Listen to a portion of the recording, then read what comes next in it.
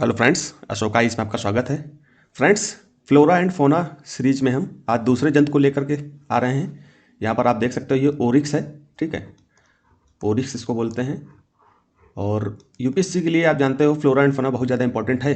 तो इससे पहले हमने एक सीरीज डाल रखी है, ये तीसरा वीडियो है। इससे पहले दो वीडियोज हमने डाल रखे हैं। पहले वीडियो में मैंने क्या बताया था, मैं यहाँ पर दिखा भी देता हूँ कि जो पहला वीडियो था हमारा ये, इसमें हमने जो है वनस्पतियों की सारी जो है लिस्ट दे दी कि अगर आप चाहो तो अपने स्तर से भी तैयारी कर सकते हो। लेकिन आपको अगर लग रहा है कि नहीं सर दिक्कत होती है, हमें सब कुछ खोजने में परेशान होना पड़ता है, तो आप ही एक सीरीज चलाइए। तो हम इस तरह से जैसे मेंटरशिप में अपने बच्चों को दे रहे हैं, वैसे आपको भी यहाँ पर उपलब्ध करा रहे हैं। ठीक है, तो जिनको अगर इस तरह से तैयारी करनी है, अगर खुद से करनी है, तो ये सारी लिस्ट दी हुई है, आप यहाँ से पहुँच करके देख सकते हो। बाकी हम टेलीग्राम पर भी दे देंगे। और यहाँ पर 42 के आसपास है, एक दो और बढ़ेंगी। जैसे कि यहाँ पर जो है वुल्चर की जो एक प्रजाति है, ये वुल्चर को हम यहाँ पर केवल वाइट बैक्ड वुल्चर लिए हैं। इसमें वुल्चर की और दो, वैसे तो 9 प्रजातियाँ हैं, लेकिन हम 3 प्रजातियों को देखेंगे जो करंट में बनी हुई थी। अप्रैल 2025 की मैगजीन में आप देखोगे वहाँ पर भी है, और बीच बीच में फिर से चर्चा हुई है। तो ऐसी प्रजातियों को और ले लेंगे। बाकी उसके बाद हमने दूसरा वीडियो बनाया था। अब देखिए यहाँ पर पहला कश्मीरी स्टैग पहले नंबर से ही ले रहे हैं। हमने शुरू में बोला था आपसे कि इसमें से हम 3 प्रजातियों को लेंगे, लेकिन दिक्कत ये हो रही थी कि एक ही प्रजाति के बारे में काफ़ी जानकारी जहाँ से यूपीएससी बना सकता है प्रश्न, क्योंकि यूपीएससी की पिछले ईयर्स के क्वेश्चन पेपर को देखने के बाद ये महसूस हो गया कि नहीं, इनके विषय में थोड़ी सी और अंदर की जानकारी हमें चाहिए, नहीं तो हम क्वेश्चन को नहीं कर सकते। ठीक है, खास करके जो भारतीय प्रजातियां हैं। ठीक है, जैसे ओरिक्स है, ये तो कायदे से भारत में नहीं मिलता है। इसकी एक छोटी सी प्रजाति है, ठीक है, भारतीय गजेल। ठीक है, वो थोड़ी सी, तो उसके बारे में हम अभी देख लेंगे। भारतीय गजेल, जिसको 2011 में यूपीएससी ने पूछा है। ठीक है, तो इसके विषय में जो जानकारी जो होगी, हम इसके विषय में, जिसके विषय में कम जानकारी है उसके विषय में 1-2-3 वीडियो ले लेंगे। जिसके विषय में हमें ज़्यादा जानकारी चाहिए उनके विषय में थोड़ा सा हम एक ही वीडियो में उसको कवर करेंगे। जैसे कश्मीरी स्टैग को एक ही वीडियो में लिया, और इसको हमने एक ही वीडियो में ले लिया। ठीक है, तो ओरिक्स जो है हमारे भारत में नहीं मिलता है। ठीक है, बाकी भारतीय गजेल जो है वो मिलता है, उसके बारे में हम आगे देख लेंगे। इसी तरह से और भी प्रजातियां, इन सारी प्रजातियों के बारे में चर्चा करेंगे। तो हमने पहली प्रजाति जो है ली थी, या पहले जंतु को लिया था, तो ये क्या लिया था, कश्मीरी हंगुल। ठीक, इसके विषय में हम लोगों ने कल पढ़ लिया था। तो आपसे एक सीरीज देख रहे होंगे, तो इसमें से आपको सारी जानकारी हमने दे दी थी। यूपीएससी किस किस तरह से प्रश्न बनाता है यहाँ देखिए लिखा हुआ है। तो इसीलिए जैसे हाथियों के बारे में स्पेशल पूछ लिया, तो इसीलिए हमने एक ही वीडियो में कश्मीरी स्टैग को बढ़िया से कवर कर लिया। अब आज हमारा दूसरा प्रजाति है ओरिक्स, क्योंकि आप विषय सूची में दूसरा नंबर देख रहे होगे ओरिक्स। ये कायदे से तो अफ्रीका वगैरह में, अफ्रीका कॉन्टिनेंट में पाया जाता है अलग अलग जगह पर। इसकी भी 4 प्रजातियां हैं। तो हम बहुत ज़्यादा घुस के अंदर नहीं जाएंगे, क्योंकि यूपीएससी बहुत ज़्यादा नहीं पूछेगा इस तरह के प्रश्नों, क्योंकि भारत के बाहर है।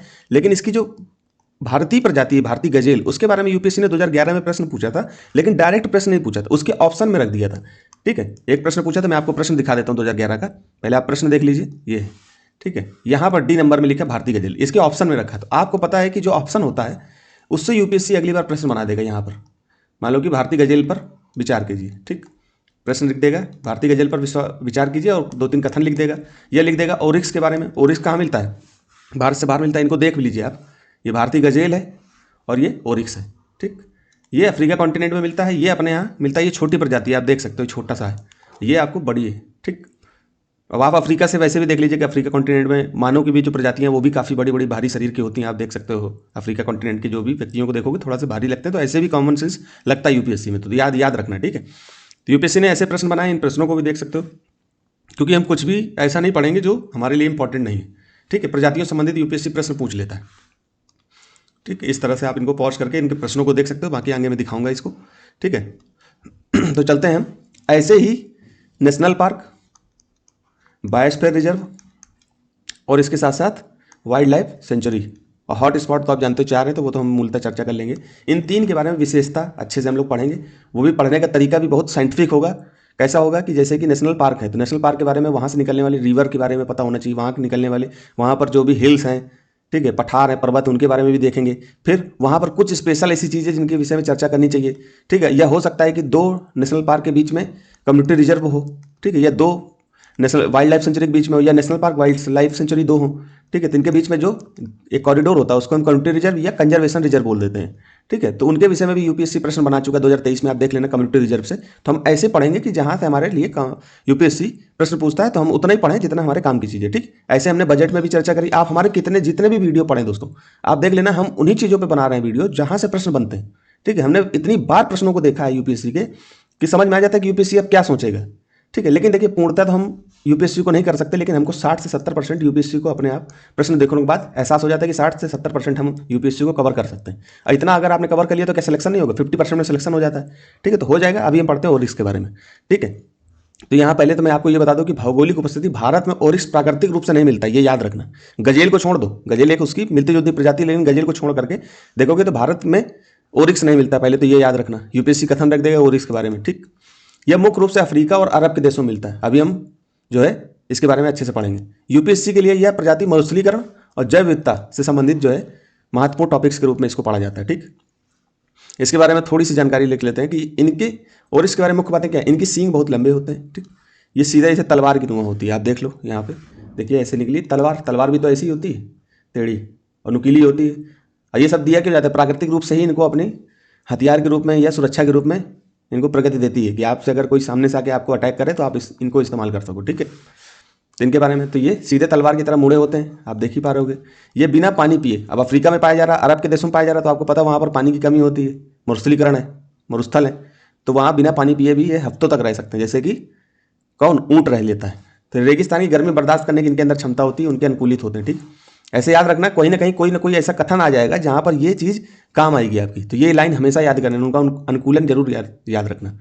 इनके मुख्य खतरे क्या हैं? तो एक तो अवैध शिकार और सूखे, गर्मी के कारण या सूखे के कारण इनकी संख्या घट रही है। इनका शिकार भी हो जाता है। कई बार पुरानी कथाओं में बोल दिया जाता है कि इनके सींग से ये चीज़ बन जाएगी, वो चीज़ बन जाएगी, तो इनको लेकर के भी बहुत सारी भ्रांतियाँ फैली होती है समाज में, तो उनका भी व्यापार होता है। और विश्व में भी बहुत सारी दवाओं में इस्तेमाल होने के लिए इनको करते हैं। तो इसके लिए साइट्स बैठा हुआ है, अगर आपने इस तरह की कोई गलती करी तो साइट्स उठा के आपको बंद कर देगा और विभिन्न जुर्माने लगाएगा, जेल भी हो जाएगी।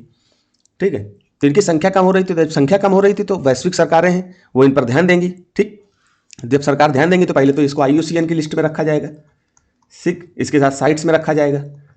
अब भारतीय वन्य जीव संरक्षण अधिनियम 1972 में नहीं रखा जाएगा, क्योंकि ये भारत में नहीं मिलता है। ठीक, ये याद रखना। तो साइट्स में कौन से शेड्यूल में रखा जाएगा या अपेंडिक्स में रखा जाएगा? तो फर्स्ट अपेंडिक्स में रखा गया है। ठीक है, IUCN में भी इसको दो तरह से कैटेगराइज किया गया है। वो मांगे देखेंगे कि वुल्नरेबल में भी रखा गया है, कहीं कहीं पर इसको क्रिटिकल इंडेंजर्ड में भी रखा है, क्योंकि संख्या धीरे धीरे जब बढ़ती है तो उठा करके उनको चेंज कर दिया जाता है। तो पहले ओरिक्स के बारे में यहाँ पढ़ते हैं, जो एक प्रकार का विशाल मृग मतलब हिरण है, एंटीलोप है। ठीक, यह अफ्रीका और अरब के शुष्क रेगिस्तानी इलाकों में रहने वाले हिरण जैसी प्रजाति का स्तनधारी जीव है, जिसकी पहचान लंबे सीधे सींग से होती है। आपको पता है पर्यावास क्या? ये अत्यधिक शुष्क क्षेत्रों जैसे सहारा रेगिस्तान, अरब प्रायद्वीप के मरुस्थलों में रहने वाले रहने के लिए अनुकूलित एडेप्टेड होते हैं। ठीक, अनुकूलन के ओरिक्स पानी के बिना हफ्तों तक जीवित रह सकता है, जैसे हमने पीछे देखा। जो मरुस्थलीय पार्ट्स की तरह डेजर्ट इकोसिस्टम उनकी विशिष्टता है। ठीक, ये याद रखना। संरक्षण स्थिति, कई ओरिक्स प्रजातियां हैं। ठीक है, जिसमें से एक ये लिखा हुआ है स्कॉर्बिटोरियस ओरिक्स, इसमें से और हैं 4 प्रजातियां हैं। 4 प्रजातियों के बारे में थोड़ा थोड़ा जान लेंगे।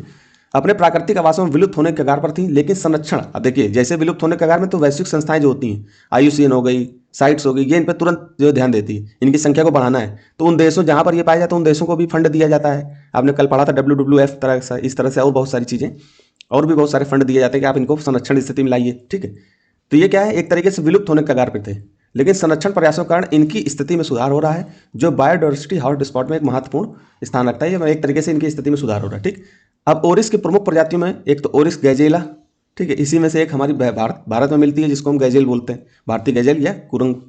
और अरेबियन ओरिस, कायदे से तो इसकी 4 प्रजातियां। ठीक है, लेकिन यहाँ पर 2 लिखी हुई है, हम लोग 4 प्रजातियों के बारे में देखेंगे। तो पहले तो आप अफ्रीका के मैप को खोल लीजिए, अपने पास एटलस आपके पास हो तो उसको खोल करके बगल में रख लीजिए। यहाँ पर मैं बताऊंगा कौन सा कहाँ पर मिलता है। ठीक है, तो याद रखना है। तो अरब वाले क्षेत्रों में अरेबियन ओरिक्स मिलेगा, फिर आपके कुछ एक ओरिक्स मिलेगा आपको यहाँ पर सोमालिया, इथोपिया या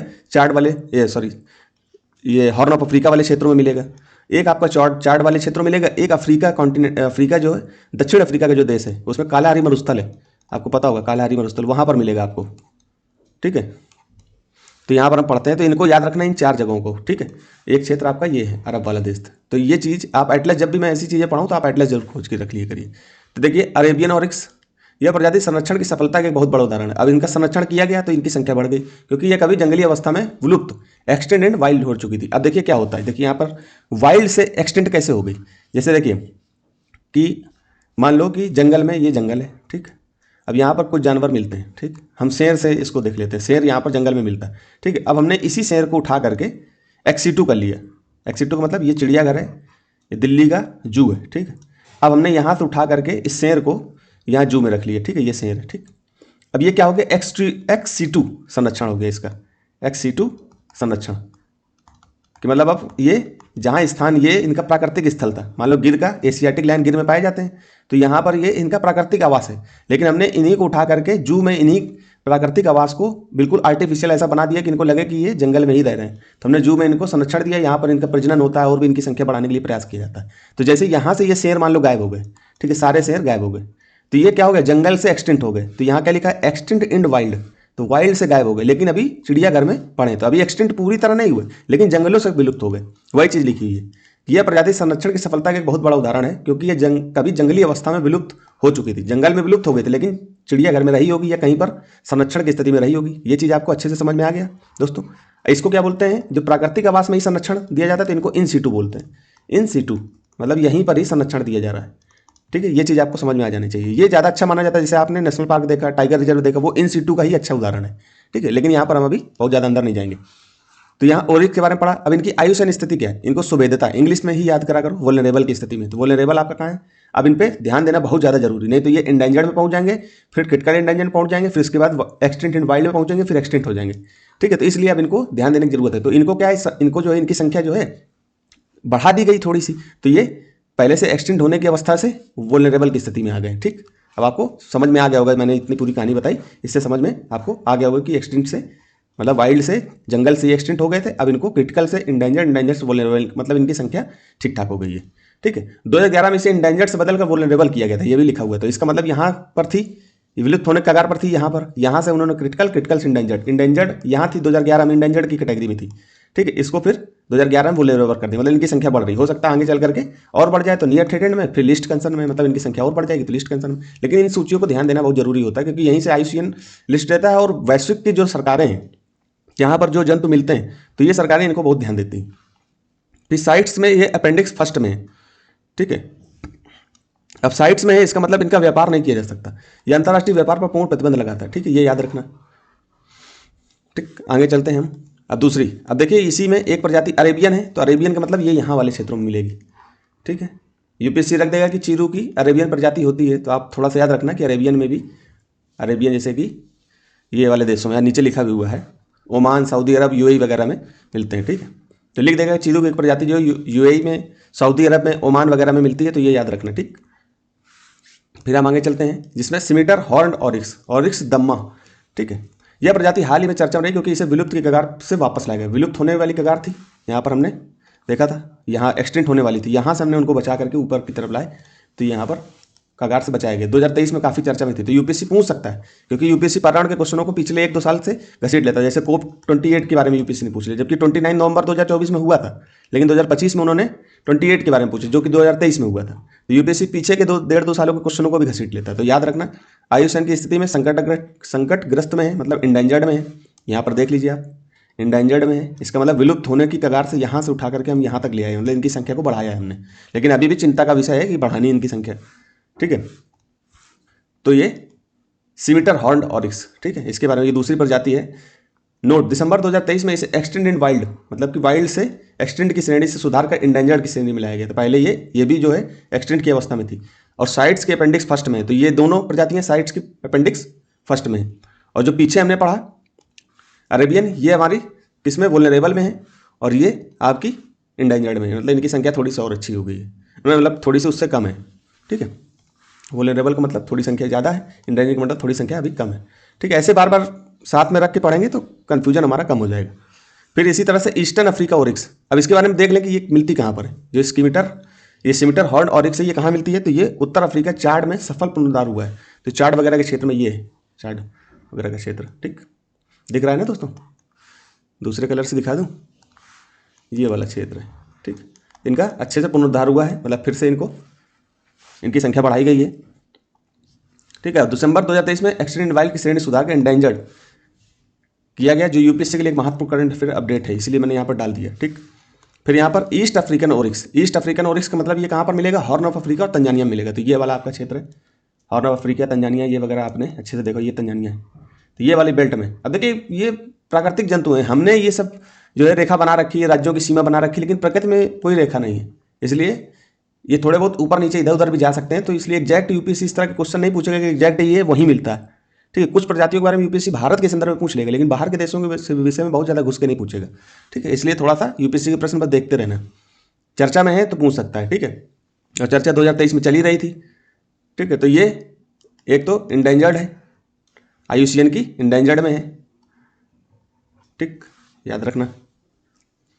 अरेबियन जो था, अरेबियन ओरिक्स था, उसको केवल वल्नरेबल में है। बाकी 2 प्रजातियां हमने पढ़ी, एक अफ्रीकन और एक आपकी, अफ्रीकन का मतलब सिमिटर हॉर्न, ये भी इंडेंजर्ड में है। और जो है ईस्टर्न अफ्रीकन ओरिक्स, ये भी आपका इंडेंजर्ड में। ठीक, वर्तमान में साइट्स की मुख्य सूचियों में विशिष्ट रूप से सूचीबद्ध नहीं है, लेकिन सामान्य वन्यजीव नियमों के अधीन है। ठीक, ये याद रखना वहाँ के देशों के हिसाब से। ठीक है, जेम्स बॉक जिसको ऑरिक्स गजेल बोलते हैं, इसी की एक प्रजाति अपने भारत में भी पाई जाती है, भारतीय गजेल। ठीक है, उसके विषय में हम लोग विस्तार से पढ़ेंगे बाद में। अभी बाकी 2011 के डिटेल एनालिसिस में सर ने कराया आपको, जो पर्यावरण एनवायरमेंट का 2011 का पेपर है, उसमें बहुत अच्छे से सारी प्रजातियों के बारे में कराया, जिसमें उसमें 4-5 प्रजातियां पाई गई। उन 4-5 प्रजातियों के बारे में यूपीएससी ने ऑप्शन रखा था कि भारतीय सूअर, गेंडा, इस तरह से 2-3 प्रजातियां रखी, तो उन्होंने अच्छे से गधे के बारे में जो वहाँ पर पाया जाता है कच्छ की खाड़ी में, तो उसके बारे में बहुत अच्छे से सर ने बताया। तो आप चाहो तो उनको भी देख सकते हो, क्योंकि इन सब चीज़ों पर बहुत ध्यान दिया जा रहा है, क्योंकि यूपीएससी पूछ लेता है प्रश्न। अब गजेल के बारे में, यह ओरिस की सबसे बड़ी और सबसे अधिक आबादी वाली प्रजाति है। ठीक है, इसको लिस्ट कंसर्न में रखा गया। लिस्ट कंसर्न का मतलब इनकी संख्या ज़्यादा है। ठीक है, ये देखिए लिस्ट कंसर्न, इनकी संख्या इनकी अपेक्षा ज़्यादा है। तो याद रखना, इनको सबको मैंने इसीलिए दिखा दिया अच्छे से। और ये साइट्स में सूचीबद्ध नहीं, इनकी संख्या भी ज़्यादा है तो बहुत ज़्यादा इनको नहीं दिया, लेकिन फिर भी थोड़ी बहुत नज़र रखते। तो ये दक्षिण अफ्रीका के कालाहारी मरुस्थल में मिलता है, ये यहाँ पर। समझ में आया? अब इसको जो है आप पीछे से फिर से मतलब स्पीड बढ़ा करके अच्छे से देख सकते हो एक बार। ठीक है, अगर नहीं समझ में आया हो तो फिर मैं आपको क्वेश्चन दिखा दूं। इसी से मिलता जुलता एक चीरू है जो तिब्बत में मिलता है, तो कई बार कन्फ्यूजन ना हो इसलिए मैंने इनको बता दिया कि आप कन्फ्यूजन मत क्रिएट कर लेना। इसको मैं कल अच्छे से बता दूंगा। ठीक है, कल हमारा अगला जानवर जो होगा, जंतु होगा, वो चीरू होगा। यूपीएससी ने देखिए, ये हम लोगों ने प्रश्न 2011 का डिस्कस किया सर ने। तो भारतीय वन भैंस, भारतीय वन गधा, वन में मिलने वाला गधा, भारतीय वन सूकर मतलब सुअर, और कुरंग। ठीक है, इसके विषय में यूपीएससी अगली बार क्या करेगा, इसी ऑप्शन को उठा करके रख देगा। तो हमने चारों ऑप्शनों को बहुत डिटेल में 2011 के पेपर में चर्चा करी है, तो आप चाहो तो देख सकते हो। अब देख लो, हमारे यहाँ जो भारतीय गजेल है उसके विषय में थोड़ा सा देख लो कि ये छोटा होता है, इनकी सींगें भी इनकी अपेक्षा कर छोटी होती हैं। ठीक है, बाकी पूंछ इसकी बहुत लंबी होती है, इसकी कम होती है। हिरण से मिलता जुलता आपको दिख रहा होगा। ठीक है, तो इसमें अंतर ओरिक्स में, भारतीय गजेल में अंतर है। बाकी यूपीएससी के ये प्रश्न है, आप इनको पॉज करके देख सकते हो, क्योंकि इन प्रश्नों को इसलिए रख दिया कि आप लोग विश्वास कर सकें कि ये प्रश्न यूपीएससी पूछ लेता है। पूछा ही है, पूछ क्या लेता है, पूछा ही है। तभी देखिए इस तरह से, देखिए अनूप मृग 2020 में, क्योंकि 2-3 साल से नहीं पूछ रहा है इस तरह के प्रश्न। ठीक है, मतलब स्पेशल जानवर को लेकर के। लेकिन आप संभावना कि अगर 2-3 साल से नहीं पूछ रहा तो क्या पूछेगा नहीं, पूछ लेगा, इसलिए ध्यान रखना। ठीक है, इन सब के विषय में पढ़ेंगे। हेजॉक, मॉर्मोट, पेंगोलिन, ये सब हमने लिस्ट में दे रखा है। आप चाहो तो लिस्ट देख सकते हो कल वाली वीडियो में जाकर के। आज भी मैंने दिखाया, आगे की सूची में देख सकते हो।